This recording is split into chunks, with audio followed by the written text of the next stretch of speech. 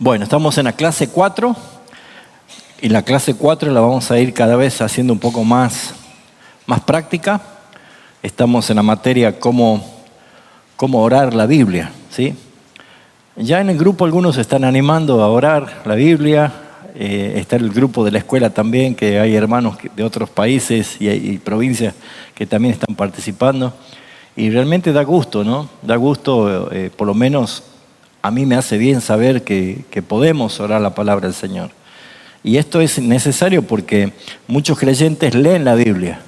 No es que no leen la Biblia. Y también hay hermanos que oran, y oran mucho incluso. Pero a menudo ambas cosas están separadas, ¿no? Por lo general hacemos así. Primero leemos, cerramos la Biblia y empezamos a orar. Y esto muchas veces ha sido como un hábito ya. A algunos les cuesta tener ese hábito, otros probablemente no les cuesta, ya lo hicieron, pero tal vez cuando empezaron a entender que se puede orar la Biblia, orar la palabra de Dios, porque no es mi palabra inspirada, la palabra de Dios es inspirada. Entonces cuando yo hago de la palabra mi lenguaje, estoy orando y respondiendo a Dios desde su misma palabra. Entonces eso nos conecta mucho más porque deja de ser una oración tipo monólogo y empezamos a entender que es un diálogo por el tema de que Dios nos habla por su palabra y nosotros podemos responder con su palabra en esa oración, ¿no? Entonces, para que no suceda lo que tal vez muchas veces hemos hecho, orar, cerramos la Biblia y después oramos, necesitamos entender que la Escritura no solamente nos enseña a lo que dice la palabra, sino que también nos ayuda a orar mejor. Y orar mejor es orar la palabra, ¿no? Así que esto significa que la Biblia no solamente es para la formación de nuestro conocimiento, de nuestra formación doctrinal, sino que también forma y moldea nuestra oración, que ese es el propósito de esta materia, aprender a orar la palabra, para que no sea lo que muchas veces nos ha pasado, frustrarnos porque siempre no sabemos qué decir, se nos queda la mente en blanco, hacemos una oración rutinaria o tal vez metódica o como la hacemos por costumbre, o inevitablemente caer siempre con la lista de pedidos y peticiones y nada más. Entonces, la palabra claramente revela a Dios. Él se da a entender, Él se da a conocer quién es Él a través de la palabra.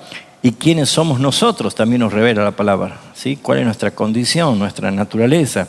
Y por eso es que una forma sana y saludable y bíblica de orar es justamente orar los textos para que me guíen esos textos a una conversación con Dios, ya que Él habla por medio de las Escrituras y yo respondo a través de las Escrituras, ¿sí? Entonces, lo que hoy vamos a ver en esta mapa mental que hice acá, es un resumen de la clase de hoy. 3 cosas importantes en un proceso sencillo que lo vamos a hacer en 3 pasos, ¿sí? Que vuelvo a decir, esto está muy relacionado con hacer un exégesis. Para un predicador, esto es lo que hace un predicador, ¿sí? Generalmente hay otras herramientas más, pero esto es un exégesis porque lo primero que vamos a hacer cuando abrimos la Biblia y vamos a leer, podemos leer de corrido y cerrar la Biblia y no acordarme qué leí. Eso es porque nos faltan algunos ingredientes. Entonces es observación, meditación y oración. Eso vamos a ver hoy. Observación, meditación y observación. Entonces, en estos 3 puntos vamos a poder responder 3 preguntas esenciales, importantes. Primero, en observación, vamos a ver qué dice el texto. ¿Qué dice el texto? En meditación, como enseñamos el miércoles pasado. ¿Miércoles pasado? Sí, miércoles pasado. Ya estoy perdido cuando. El miércoles pasado habíamos dicho de que a veces la palabra meditación se transforma hasta que la asumimos como cristianos evangélicos como que es una palabra nuestra, como que es una práctica nuestra y es bíblica, ¿sí? El Salmo 1 dice, bienaventurado el que medita de día y de noche en la palabra. Y a veces con una cuestión cultural o contracultural, nosotros cuando hablamos de meditación nos vamos siempre a la meditación mística, ¿no? Esa meditación trascendental de que pone o propone la nueva era. el hinduismo, todo tipo de meditación como el yoga. No, esto está haciendo referencia a la necesidad de aprender lo que es la meditación. Y meditar justamente es repetir en voz baja reiteradas veces un concepto, ¿no? Eso es una palabra traducida del hebreo que lo que hace referencia es que yo puedo repetir. O el uso más común que se le da a esta palabra es el ejemplo de la esencia de rumiar. Cuando un animal rumiante, una vaca por ejemplo, come, ¿qué hace? Va tragando el pasto, pero después rumea el pasto, o sea, empieza a masticarlo nuevamente, a saborearlo recién, pero no en el momento que está tragando. Entonces, la observación nos dice qué dice el texto. La meditación, ya vamos al plano de la pregunta, ¿qué implica esto para mí? ¿Qué implica esto para mí? Y ya cuando nosotros tenemos en claro qué implica para mí esto, cómo me confronta, cómo me lleva a mí a reflexionar sobre el texto, entonces el resultado va a ser la oración. Y es cómo respondo a Dios a partir de ese texto. Así que estas tres herramientas básicas y prácticas nos va a dar a nosotros mayor capacidad de orar la Biblia. ¿Por qué? Porque este método no es una técnica mística, no es que yo tengo que hacer una cuenta regresiva y cuando llegue al plano del cero entro en un nirvana de incomprensión y entonces yo empiezo a recibir distintos mantras que vienen a mi cabeza. No, eso no es eso, no es una experiencia ni ejercicio místico. No le tenga miedo a esa palabra, no es un ritual, ¿sí? Es simplemente leer con atención, fijándonos y observándonos para una descripción concreta, ¿sí? Si por ejemplo nosotros vemos la bandera del medio, ¿sí? Ustedes pueden decir la bandera argentina, pero ¿qué podemos observar y qué podemos describir? ¿Alguien puede describir rápido cómo es esa bandera? Tiene colores, ¿qué colores? Celeste y blanca, ¿qué más? Tiene un sol amarillo, ¿qué más? Tiene 3 franjas, ajá, ¿qué más? El tamaño, la tela, o sea, uno observa y no dice solamente es la bandera argentina, sino que uno entra ya en los detalles, ¿sí? Todos nosotros tenemos naturalmente tendencia a observar. Cuando te presentan una persona o viene alguien por primera vez, nosotros empezamos a observar cómo habla, cómo es, cuáles son sus facciones, cómo se viste, qué tipo de movimientos tiene. Todas esas cosas son muy normales en la observación. Cuando uno va a leer un texto, necesita aplicar este principio, que es ver o entender qué dice el texto. ¿Qué dice el texto? Entonces, esta primera herramienta de la observación es claramente la primera etapa, pero no oramos todavía. No oramos todavía. Es nuestra lectura a modo devocional. ¿Se acuerdan que eso vimos la semana pasada? En clave devocional. Es leer la palabra y poder mirar lo que dice la Escritura. Si nosotros vamos al Salmo 91, ¿sí? Por dar un ejemplo. Salmo 91 dice: el que habita al abrigo del Altísimo morará bajo la sombra del Omnipotente. Diré yo a Jehová, esperanza mía, en castillo mío, mi Dios, en quien confiaré. Él te librará del lazo del cazador, de la peste destructora.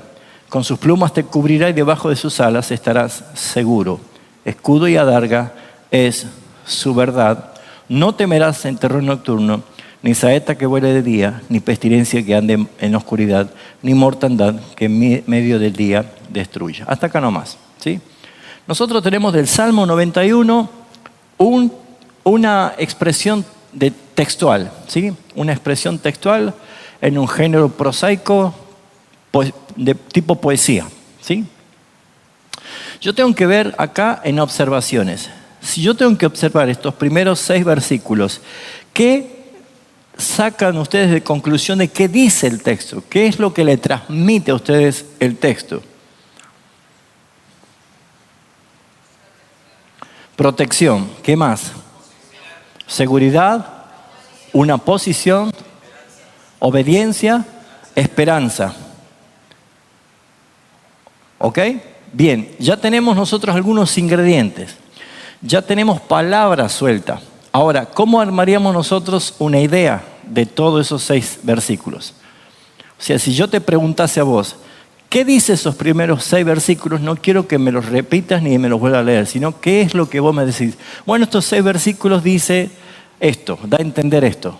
¿Cuál sería? Un resumen, una idea central. Bueno,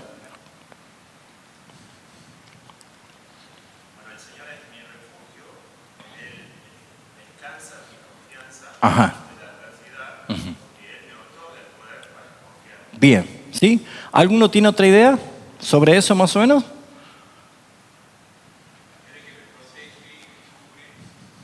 Bien, bien.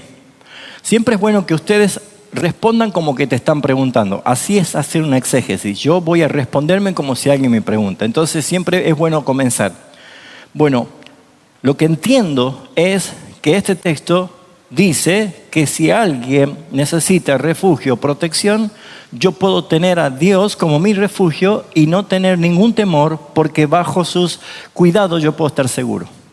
Una idea así, pero siempre hacer una expresión de una idea armada, ¿sí? Eso es observación. No estoy orando todavía. Yo ya entendí que esos primeros 6 versículos va a hacer algo en la meditación. ¿Qué es lo que debemos hacer? Es tener en claro la observación. ¿Por qué? Porque como todavía no oramos, primero escuchamos a Dios. ¿Cómo escuchamos a Dios?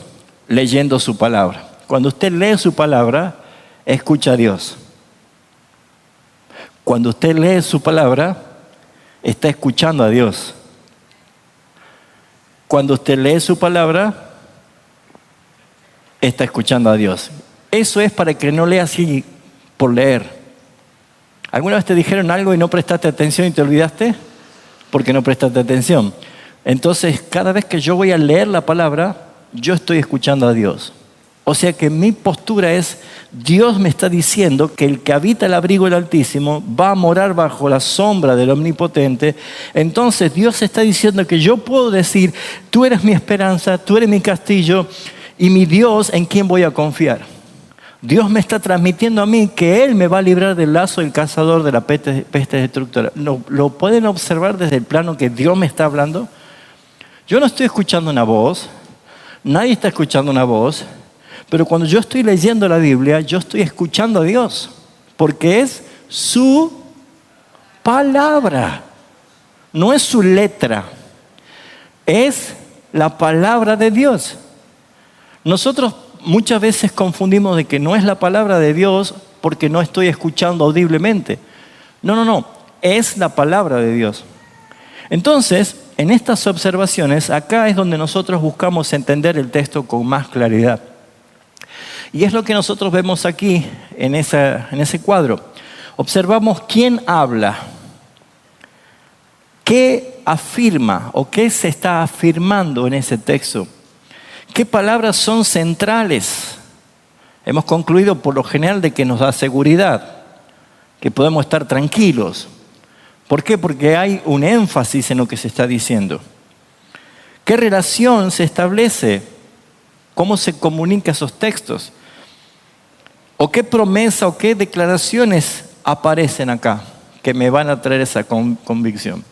Entonces, este es un ejercicio de atención reverente, una lectura reverente. Por ejemplo, vamos al famoso Salmo 23. Yo lo uso siempre eso porque es más fácil trabajarlo por lo conocido, ¿sí? El Salmo 23, que es un ejemplo que lo vamos a usar, el versículo 1 dice, Jehová es mi pastor, nada me faltará. Si observamos nosotros cuidadosamente, hermanos, ¿qué encontramos? El sujeto. ¿Quién es? Jehová, el sujeto. Entonces, no es una fuerza espiritual, no está diciendo una energía superior, es mi pastor. No, está identificando un sujeto, Jehová. Entonces, no es una idea subjetiva, no es una idea religiosa, no es una fuerza espiritual. Es el Dios de pacto, es el Dios de toda creación, el Dios que se reveló a su pueblo. Por eso Él afirma en este texto que Jehová es mi pastor y dice mi pastor. Entonces, ¿cuál es la afirmación? El sujeto es Jehová. ¿Cuál es la afirmación? Es pastor. ¿Sí? Es pastor. Jehová es pastor. Ya vamos al mí. ¿Sí? Está en lo correcto. Pero necesitamos entender que la afirmación es que el sujeto es Jehová y la afirmación es pastor. Ya nos lleva a nosotros a entender un argumento. Si dijera Jehová es constructor, ¿a dónde nos vamos? A una edificación. Si dijera Jehová es maestro, ¿nos vamos a dónde? A la enseñanza, al aprendizaje. Pero no, acá el énfasis es Jehová es pastor. Entonces, lo que vemos nosotros al decir pastor, ¿qué podemos entender del pastor? No estamos hablando de un pastor eclesiástico para la época de David, sino el oficio que David tenía. ¿Qué hace un pastor? ¿Qué cualidades bíblicas tiene un pastor? Guía, cuida, protege, ¿qué más? Alimenta, defiende. ¿Alguien más dijo otra cosa? Exhorta, disciplina, busca, ¿sí? Alimenta, defiende, corrige, cura, sana. Wow. ¿Qué hace con el león, el puma o el lobo? ¿Qué hace? Pelea, lo defiende. Entonces, ¿qué hacemos nosotros? Ya no es simplemente Jehová es mi pastor. Jehová, el Dios todopoderoso, el Dios de pacto, el Dios que se revela en la Escritura, es pastor. Su naturaleza, su esencia es amar, proteger, cuidar, disciplinar, defender, hacernos descansar. ¿Ven cómo se va ampliando ya el panorama? Yo estoy haciendo una observación. Entonces la Biblia usa esta imagen muchas veces para describir el cuidado que Dios tiene para nosotros. Porque a veces nosotros pensamos que Dios no nos cuida, o que Dios se olvidó de nosotros, o que estamos tan lejos que Dios no nos puede encontrar. Nunca. Esa es la mentira del diablo. Pero nosotros tenemos que entender que ya entendiendo, en observación, podemos empezar a ver qué es lo que dice. El sujeto es Jehová. La afirmación, Él es pastor. Ahora viene la relación. ¿Y ahí viene qué? Mí. La relación. No dice un pastor, y tampoco dice el pastor del universo, sino que David dice Jehová es mi pastor. Y allí vemos cercanía. Allí vemos pertenencia. Allí vemos una relación específica, concreta. Por esa razón, el salmista allí está confesando una relación de pertenencia y cuidado seguro que yo puedo tener. ¿Lo ven? ¿Ven qué importante es hacer una observación? No ir a la Biblia simplemente para cumplir con Dios. Ya he leído 2 versículos, Señor, y ahora yo te pido, y yo creo que ya hice una devoción con el Señor. No es así. Entonces, ¿qué tenemos? Un sujeto. ¿Quién es? La afirmación, Él es pastor. Y la relación, Él es mi pastor. Y la relación va a desencadenar en la consecuencia. ¿Qué dice después? Nada me faltará. Nada. ¿Nada qué? Cuidado, tengo. Alimento, tengo. Protección, tengo. Descanso, tengo. Disciplina, tengo. Sanación, tengo. Eso es nada. De una línea del versículo 1 solamente, el Salmo 23, ¿tenemos ya argumento para orar? ¿Se dan cuenta? El problema es que nosotros no vemos las cosas, no encaramos y no las hacemos nuestras porque tenemos el apuro de que las cosas sucedan por inercia o ya. Y Dios quiere que nosotros empecemos a aprender a vivir la nueva vida que tenemos en Cristo. Entonces, cuando dice, nada me faltará, encontramos la consecuencia, y no significa ausencia de dificultades totales, sino que nos asegura seguridad en la provisión de Dios. El pastor cuida sus ovejas y le da lo necesario para vivir. Entonces, en la observación que hicimos, descubrimos ¿qué cosa? Que Dios es Jehová. Ese Jehová que aparece allí es Dios. Dios es Jehová. Y Él es, entre todas las cosas, pastor. Y por sobre todas las cosas, Dios me está diciendo que Él es mi pastor. Hay una cercanía. Por lo tanto, yo puedo tener un cuidado de la provisión confiando de que nada me va a faltar. Esa es mi observación. Entonces, ya tenemos todos esos argumentos. Todavía no oramos. Ese es el punto 1. Todavía no oramos. Recién hemos escuchado a Dios. ¿Sí? ¿Cuándo escuchamos a Dios? Cuando leemos. Muy bien. Cuando dije, ¿usted escuchó alguna vez a Dios? ¿Usted qué le va a responder? Todos los días. ¿Cuándo? ¿Cómo? Venga, vamos a escuchar a Dios. Y abre la Biblia. Porque escuchamos a Dios cuando nosotros estamos leyendo. Y cuando nosotros estamos leyendo, empezamos a observar el cuadro de lo que Dios dice. Entonces vamos al punto 2. La meditación. Así que ahora todos pongan los dedos así, cierren los ojos. No es esa meditación, no es algo místico. Es justamente lo que nosotros necesitamos, empezar a ver dónde estoy apareciendo yo en escena después de esa observación. Porque la pregunta de la meditación es, ¿qué implica esto para mí? Vamos a hacer una pequeña práctica de la observación del versículo 1 del Salmo 23.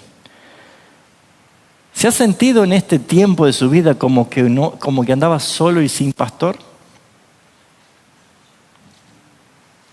¿Se ha sentido en algún momento como que Dios era lejano para usted? Como que era Dios, pero no era tu Dios, tu Señor, tu pastor.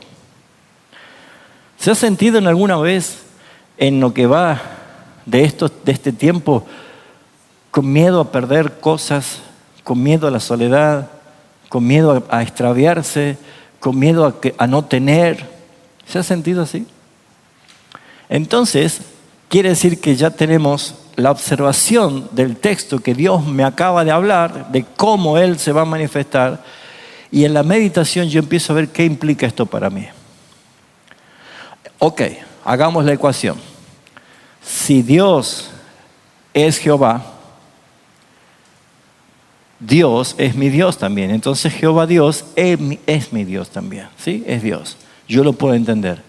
Si Él es pastor, yo puedo entender que tiene todas las habilidades y las suficiencias y las posibilidades y toda herramienta para suplir lo que me está pasando a mí. ¿Sí o no?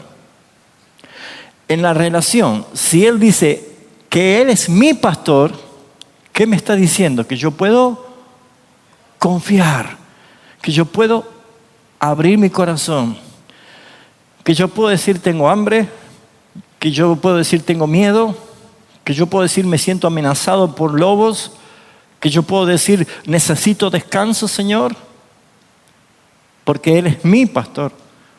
Entonces, el resultado de esto es que yo tengo ya la convicción que lo que me está pasando a mí es exactamente lo que Dios me ha revelado que me puede solucionar.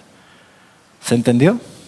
Entonces, en la meditación es hacer esa pregunta: ¿qué me implica a mí esto?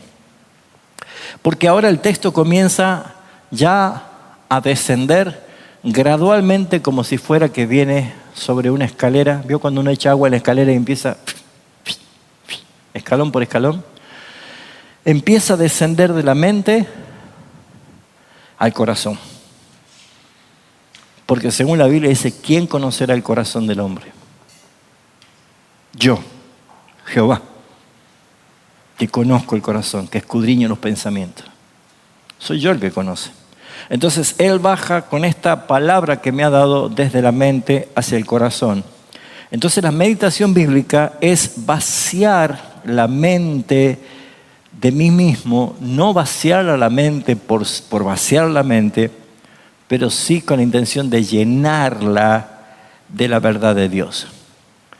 A veces ocupa tanto lugar pensamientos que no provienen de Dios. Y Pablo nos decía que hagamos un ejercicio saludable de que no debemos nosotros dejarnos dominar por esos pensamientos. Por eso dice, renovaos el espíritu de vuestra mente, Efesios 4:23. O está diciendo en Romanos 12:2, transformaos por medio de la renovación de vuestra manera de pensar. El pensamiento no debe ser algo que nos domine. Por eso dice Pablo que llevemos cautivo todo pensamiento a la obediencia de Cristo. Y para la frutilla más grande de la torta más grande es que nada más y nada menos tenemos la mente de Cristo. Así que mis hermanos, no se trata de vaciar la mente, sino de sacar lugar o quitar lugar o espacio que ocupa pensamientos que no provienen de Dios y llenarlos de la verdad de Dios en mi vida. ¿Cómo se debilita un vicio? ¿Cómo se debilita la atadura a un pecado dominante? La promiscuidad sexual, la pornografía, el mal uso del dinero. ¿Cómo se debilita eso? Cuando yo empiezo a quitarle frecuencia de atención, empieza a languidecer y empieza a debilitarse. Y cuando yo estoy más llenando mi mente de la verdad de Dios, toda mi concupiscencia empieza a desmoronarse. Por eso es que Pablo dice, anden en el Espíritu y no le den lugar a los deseos de la carne. Entonces, dejar de confrontar nuestra vida de manera humana, con nuestras fuerzas carnales, sino ir directamente a lo que Dios nos habla en su palabra. Entonces debemos empezar a preguntarnos en cuanto a la meditación, ya teniendo toda la información de la observación, es preguntarnos lo siguiente: ¿qué revela esto acerca de Dios? ¿Qué revela esto acerca de Dios? ¿Qué revela esto acerca de mí? ¿Y qué cambia en mi manera de pensar? Vamos a responder rápidamente esas tres preguntas.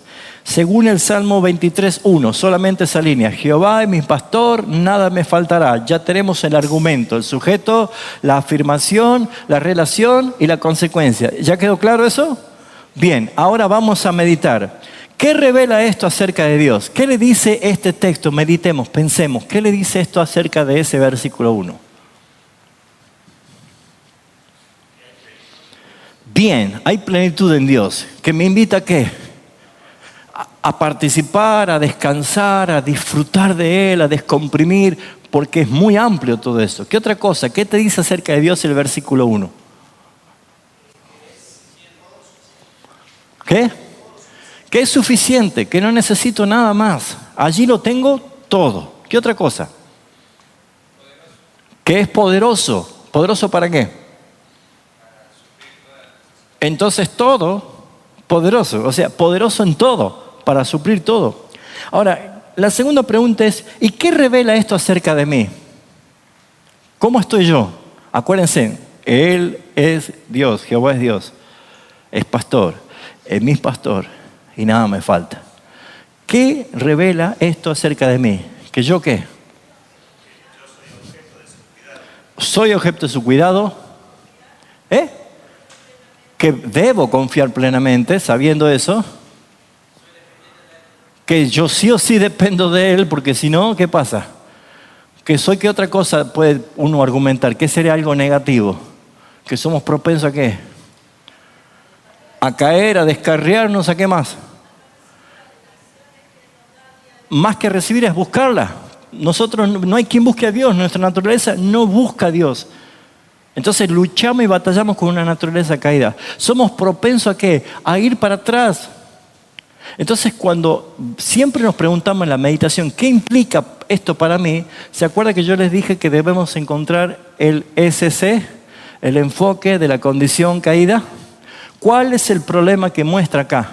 Si yo tengo un Dios que hace tan bien, ¿por qué es que yo estoy tan mal? ¿Es culpa de Dios?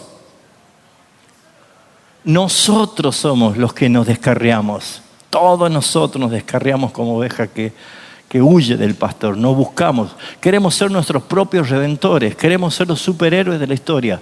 Yo solito decimos, y allí cometemos ese error. Entonces ya tenemos, ¿qué implica esto de Dios? Me da confianza, me ayuda a buscarle a Él, a ser suficiente en Él, pero yo veo que acá el problema soy yo. Entonces, la tercera pregunta es, ¿qué cambia en mi manera de pensar ese texto?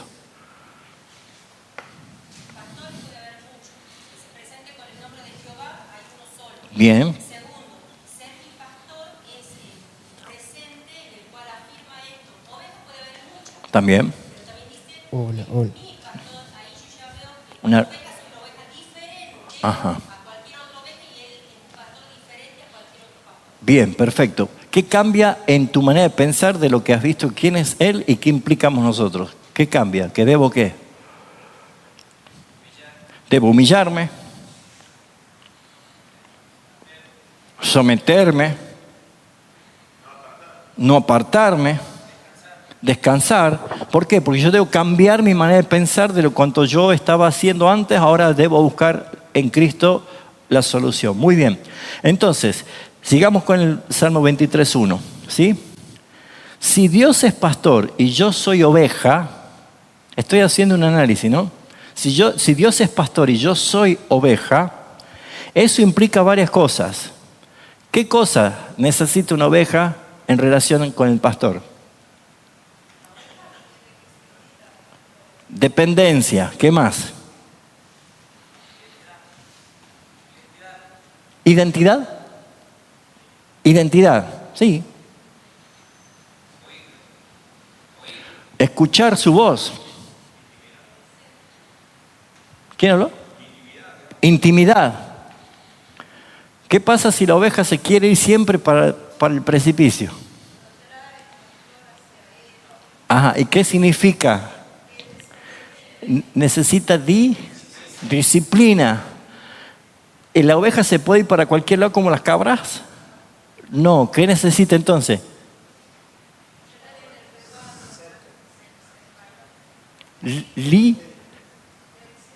Límites. Y Dios nos regula, nos pone límites. ¿Entiende? Los no de Dios no es porque sea malvado, tirano, no quiere que disfrute. No, nos pone límites. ¿Y qué otra cosa es una oveja con respecto a Dios, al pastor? ¿Qué pasa con el lobo? Si la oveja se anda por allí, ¿somos qué? Vulnerables. O sea, ¿entiende? Ya empezamos a meditar en nosotros. ¿Qué implica esto en nosotros? O sea, la conclusión es, ¿me conviene vivir apartado? ¿Me conviene no oír la voz de mi pastor? ¿Me conviene querer ser autosuficiente, independiente, andar por todos lugares? No, porque tengo que tener dependencia, tengo que tener límites, porque soy vulnerable. ¿Lo ven? Entonces la oveja no se guía sola. No se guía sola. Necesita sí o sí al pastor. Eso implica justamente el Salmo 23:1. Entonces, esto confronta nuestra tendencia humana a vivir como si fuéramos autosuficientes. Esto debemos nosotros examinarlo así. Entonces, si Él guía, yo soy el guía final de mi vida. Yo debo ser obediente y sujeto a Él. Nuestra cultura siempre va a llamar ¿a qué? A esa libertad, ¿sí? Y esa libertad está impregnada de autonomía. Entonces, cuando decimos no vayas o no practiques una religión porque te quita libertad, ¿han escuchado ese concepto? Ese es cultural, es cultura caída. ¿Dónde está el contraste que Jesús dijo, yo los hago verdaderamente libres? Entonces, lo que la cultura trata de inyectar es, sigue tu corazón, haz tu propio camino, edifica tu futuro, construye tu propia verdad. Entonces, lo que hace el Salmo nos recuerda que el creyente vive bajo la guía de Dios y bajo la dirección de Dios, porque el fin es glorioso. Después que termina el Salmo 23, en el versículo 6, no hay otra cosa más que belleza, como recompensa de haber caminado como oveja. Si Él provee y nada nos va a faltar, ¿qué pasa con mis ansiedades? ¿Qué deben hacer? Rendirse a Él. Yo debo rendir mis ansiedades, ¿sí? Creo que tengo allí, confronta mis ansiedades. ¿Son ansiosos algunos de ustedes? Señor, dame paciencia, pero dámela ya. Una oración con ansiedad, ¿no?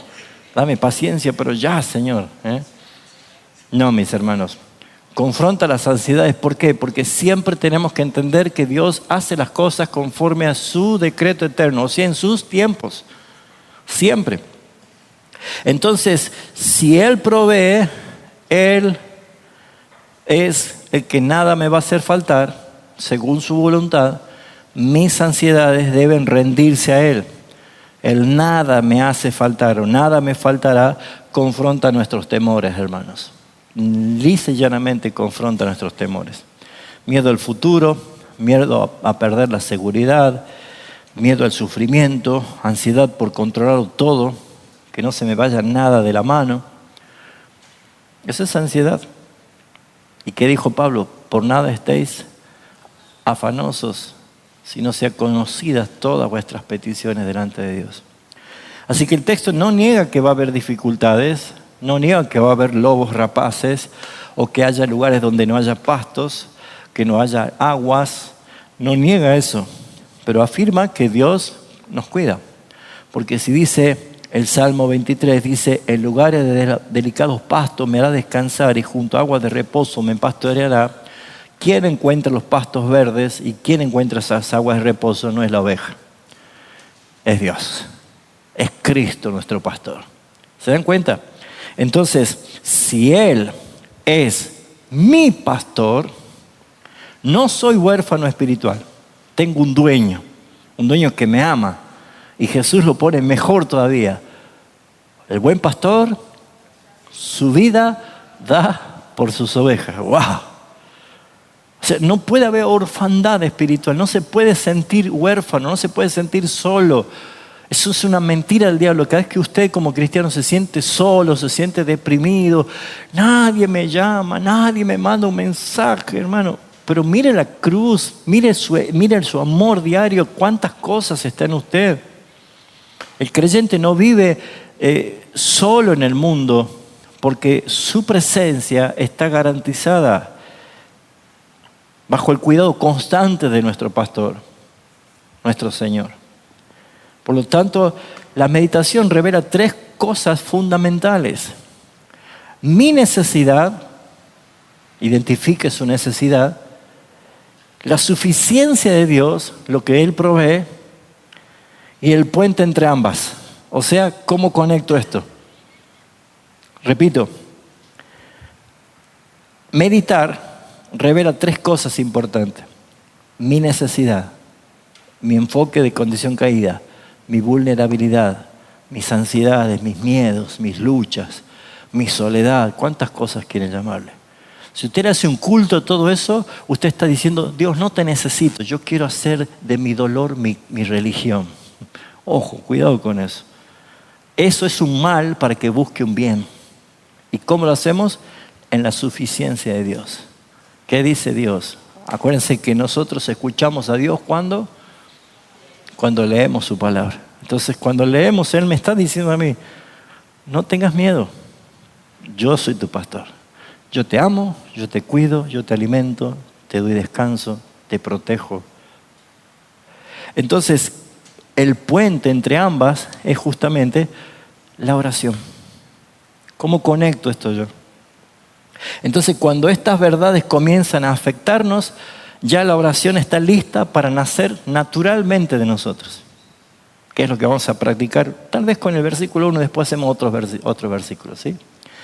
Entonces, pasemos al punto 3, la oración. La oración. Ya tenemos la observación y ya tenemos la meditación. Ahora ya tenemos a punto, listo ya para empezar a orar. Es más, ustedes ya están con una gana de orar, ¿no es cierto? Ya están listos para orar. ¿Por qué? Porque ya se ha entendido, ya se escuchó la voz de Dios. Él habló. Ahora va mi respuesta. ¿Cómo respondo a Dios desde ese texto? De Mateo, perdón, Dios, se me fue todo, perdón, se me fue la mente al Nuevo Testamento. Ya me fui a las epístolas, ¿no? y a los evangelios. El Salmo 1. ¿Cómo leo yo el Salmo 23:1? ¿Cómo puedo orar a Dios desde el texto? ¿Sí? Y ahora ya nos toca hablar a nosotros. Primero era, habla que tu siervo oye, ¿se acuerda? Él ya habló. Yo escuché, interpreté, medité, vi mi necesidad, ahora me toca hablar a mí. Eso se llama oración.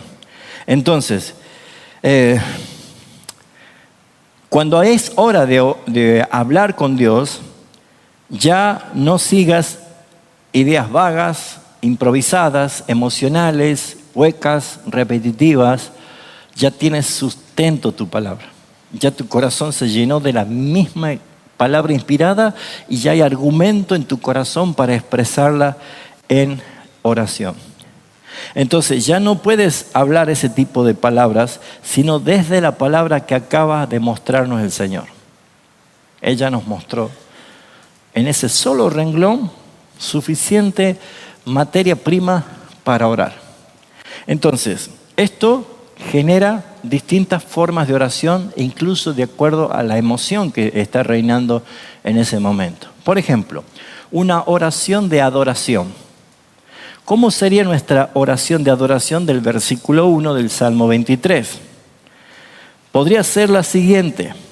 Nosotros podemos tomar este texto y decirle a Dios, Señor, tú eres mi pastor fiel. Tú me guías, tú me proteges, me sostienes a mí y a todo tu pueblo. Tu cuidado es perfecto y por eso te alabo, te adoro, Señor, por todo esto. Adoración del Salmo 23:1. Si es confesión, si lo que ha hecho el Espíritu Santo es moverte a una necesidad de confesar porque estuviste errando, podés usar la misma palabra, el mismo texto para confesar, diciendo, perdóname, Señor, porque muchas veces vivo como si yo no tuviera pastor o como si tú no estuvieras pastoreándome a mí. Confío más en el mismo control que yo tengo que de tu cuidado. Señor, perdóname. ¿Lo ven? Estoy confesando. Porque todo lo que Él hace, yo lo dejo a un lado por intentar solucionar mis propios problemas. Cuando leo eso, yo puedo confesar. Podemos hacer oración de petición con el mismo texto, diciéndole, Señor, guíame, por favor, en mis decisiones. Todos los días tenemos decisiones que tomar. Así que puedo decirle, guíame en mis decisiones, Señor. No permitas que camine según mi propia sabiduría y menos de lo que me dicta mi propio corazón. Que tu vara y tu callado me direccionen en cada paso. Amén. Salmo 23:1. Puedo hacer petición. Tenés que tomar decisiones, Él es tu guiador. Una oración de entrega, ¿sí? Tomando el mismo versículo. Señor, quiero descansar en tu cuidado. He estado muy afanado todo este tiempo. Enséñame a confiar en ti como si estuviera junto a esas aguas de reposo. Yo me entrego en tus manos, Señor. Es una oración de entrega del versículo 1. ¿Lo ven? Hay distintas expresiones que yo puedo hacer. Y una oración de acción de gracias podría ser, gracias, Señor, porque tú nunca me has abandonado, aun cuando yo pensaba que estaba solo. Siempre has provisto lo necesario. No me sobra ni me falta. Pero tú, Señor, eres mi proveedor. Tú eliminas en mí cualquier temor y cualquier ansiedad. Amén. ¿Lo ven?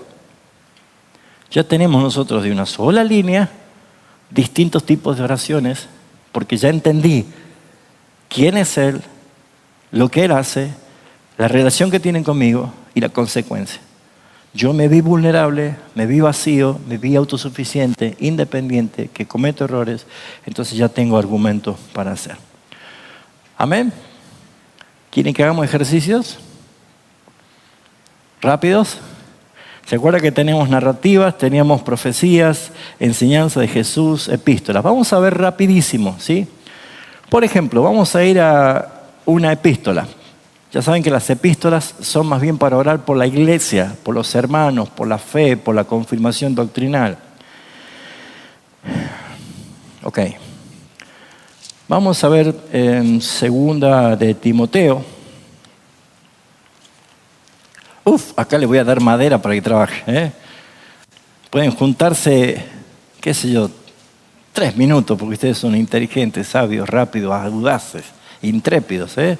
Segunda de Timoteo capítulo 3, el carácter de los hombres en los postreros días.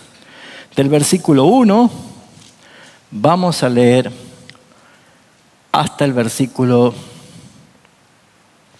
Vamos a leer hasta el 5 solamente, demasiado, ¿eh?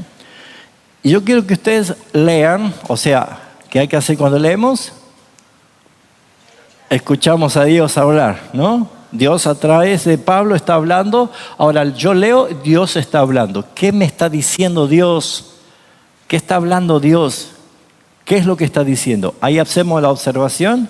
Luego meditamos para que veamos qué peligro hay en mí, qué peligros va a haber en la iglesia, qué peligro hay en el mundo. Y entonces yo puedo hacer una oración con los modelos que hicimos.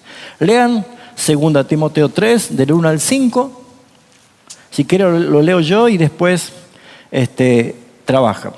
También debes saber esto, que en los postreros días vendrán tiempos peligrosos, porque habrán hombres amadores de sí mismos, avaros, vanagloriosos, soberbios, blasfemos, desobedientes a los padres, ingratos, impíos, sin afecto natural, implacables, calumniadores, interperantes, crueles, aborrecedores de lo malo, traidores, impetuosos, infatuos, amadores de los deleites más que de Dios, que tendrán apariencia de piedad, pero negarán la eficacia de ella. A estos evita. Usted dirá, Santo Padre de la Gloria, ¿cómo vamos a orar esto, no? Bueno, tenemos una gran descripción. Dios nos está hablando y nos está diciendo muchos detalles de cosas de por qué los tiempos finales son peligrosos. Trabaje, ¿cómo sería tu oración de una epístola a favor de la iglesia, a favor de tu vida espiritual, de las doctrinas que estamos enseñando y aprendiendo de la Biblia? Trabajemos, 5 minutos. Por lo menos quiero saber si pudieron hacer la observación, y tal vez, si se anima alguno, la meditación sobre esos versículos. Bueno, comencemos por acá, por el equipo, el Team Franco. Bueno, ¿Qué observaron? ¿Qué observación tienen? Rosana. ¿Qué dice el texto? Primero definimos quién habla, que es Dios por medio de Pablo a Timoteo. Ajá. ¿Qué afirma? Nos advierte que vendrán tiempos difíciles, nos da características de cómo identificar a personas que parecen piadosas cuando no lo son. Uh-huh. ¿Qué relación tiene conmigo? La meditación. Nosotros, ¿Qué meditación? En la meditación. ¿O qué implica esto para mí? Nos enseña a estar en alerta para apartarnos de ellos y cuidar la santidad de los miembros de la iglesia. Bien, bien. ¿Alguien más? ¿Alguna observación más? Acá, Ricardo. En primer lugar, advertencia por estos tiempos, porque la palabra es actual, es aquí y ahora, hombres con estas características, y los identifica, los tales. Obviamente allí dice también que son falsos, es otra de las características, y hay un imperativo para nosotros que es evitarlos. Bien, bien. ¿Y la meditación? Estar llenos de la palabra para tener discernimiento espiritual, Ajá. para probar si el carácter de los tales es verdadero o falso. Una vez identificado, evitarlos y contrarrestar con la palabra. Bien, excelente, excelente. Ya vamos a ver el tema de la oración. Yo quiero ver la observación y la meditación. Allá no sé quién más. Acá Juan. O a ver, o para acá. Allá. Ok. Enzo. Bueno, sí, estábamos con respecto a la observación viendo que esto de los tiempos peligrosos, o los postreros días, mejor dicho, es desde siempre, digamos. Sí. Entonces en esa época también, al igual que ahora, existió todo esto y veíamos cómo lo que sucede en la cultura, en el mundo, afecta también, nos afecta como iglesia, como por ejemplo el feminismo, por dar un ejemplo, o esto cuando dice del amor propio, hombres amadores de sí mismos, como vemos que ahora, por ejemplo, hay mucho culto a la imagen de las personas, o el no querer formar familia, no querer casarse, todo ese pensamiento egoísta que hay en nuestra sociedad, y bueno, y eso también nos afecta a nosotros. Sí. Y bueno, la oración sería pidiendo al Señor que podamos identificar y discernir esto, tener sabiduría para que esto no sea parte de nosotros, de nuestra cultura y de la iglesia, por supuesto. Bien, perfecto. Daniel. Bueno, sin duda es una advertencia de parte de Dios que nos habla acerca de lo que vamos a vivir con personas que se van a apariencia de piedad y ser personas bien ubicadas, pero por dentro, como dice la palabra, son lobos rapaces. Bien. Y debemos mirar más a Cristo en su palabra, que lo que el hombre puede decirnos, a veces con palabras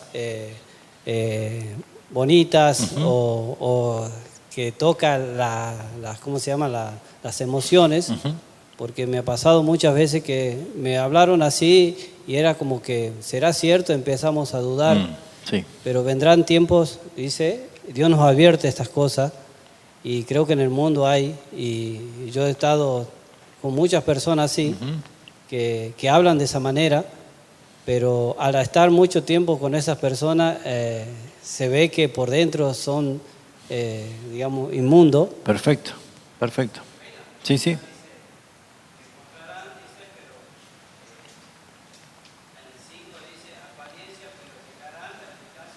Ok.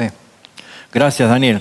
Lo demás lo dejamos para que vayan trabajando, así los 10 minutos que nos quedan, termino la clase, ¿sí? ¿Se entiende el concepto? Observar lo que hay que hacer, meditar, y nos da ya como resultado la oración. Ya tengo argumentos para hacer. Rápidamente, narrativas, por ejemplo, tomando Marcos 4:39, donde Jesús calma la tempestad. Dice entonces, levantándose, reprendió el viento y dijo al mar, calla, enmudece, y cesó el viento y se hizo grande bonanza. Marcos 4:39. En la observación simplemente yo analicé esto. Jesús habla al viento y al mar. ¿Qué otra cosa? La tormenta se detiene inmediatamente. ¿Qué otra cosa? Esto revela su autoridad sobre toda la creación. Esa es mi observación de ese texto solamente. En la meditación es muy práctica ya y aplicativa en mí. Si Cristo tiene autoridad sobre el mar, entonces no existe caos fuera de su dominio. Yo empiezo a meditar en eso.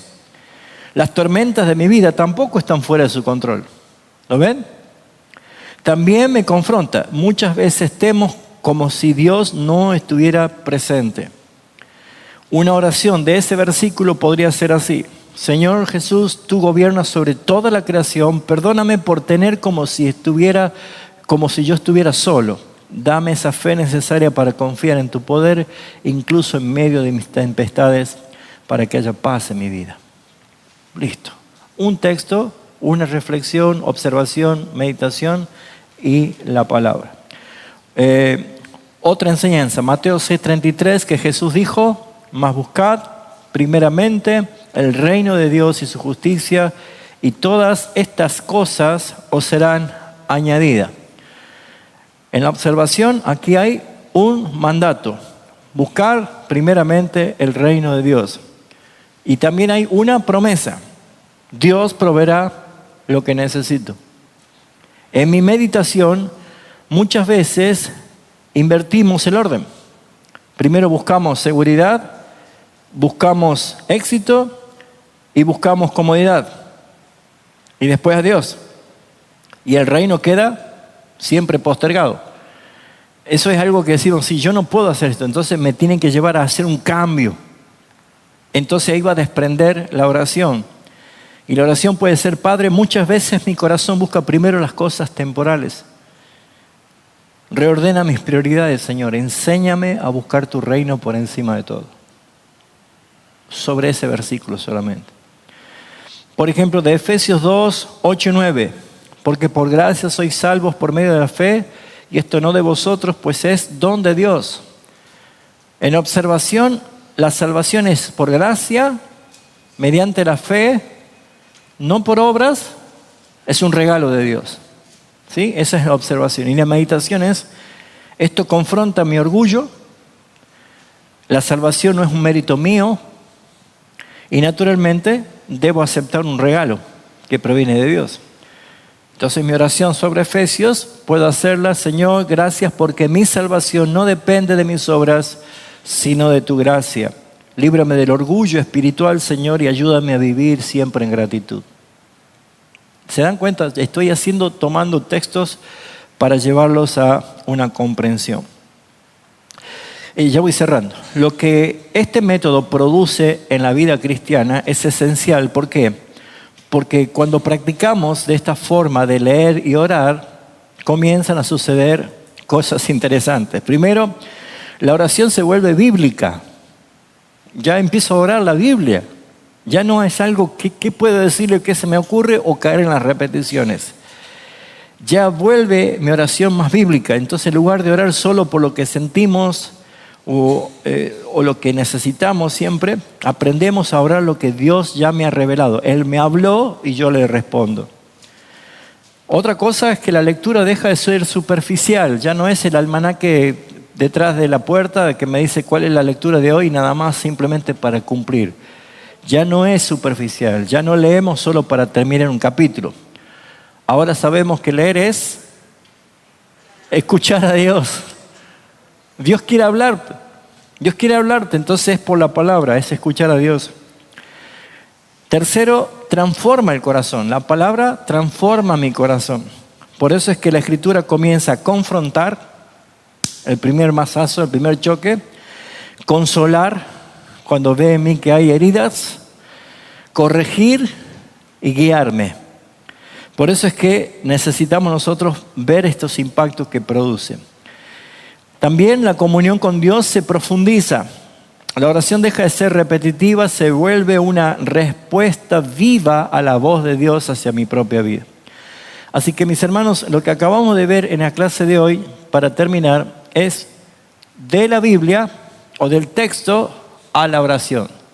¿Qué hay que hacer? 3 cosas: observar, meditar y orar. Observar era, ¿qué dice el texto? Ahí lo tienes, ¿sí? Quedó claro, quedó claro. Vuelvan a chequearlo, vuelvan a verlo el video, vuelvan a entenderlo y practiquen. Tome cualquier texto de la Biblia.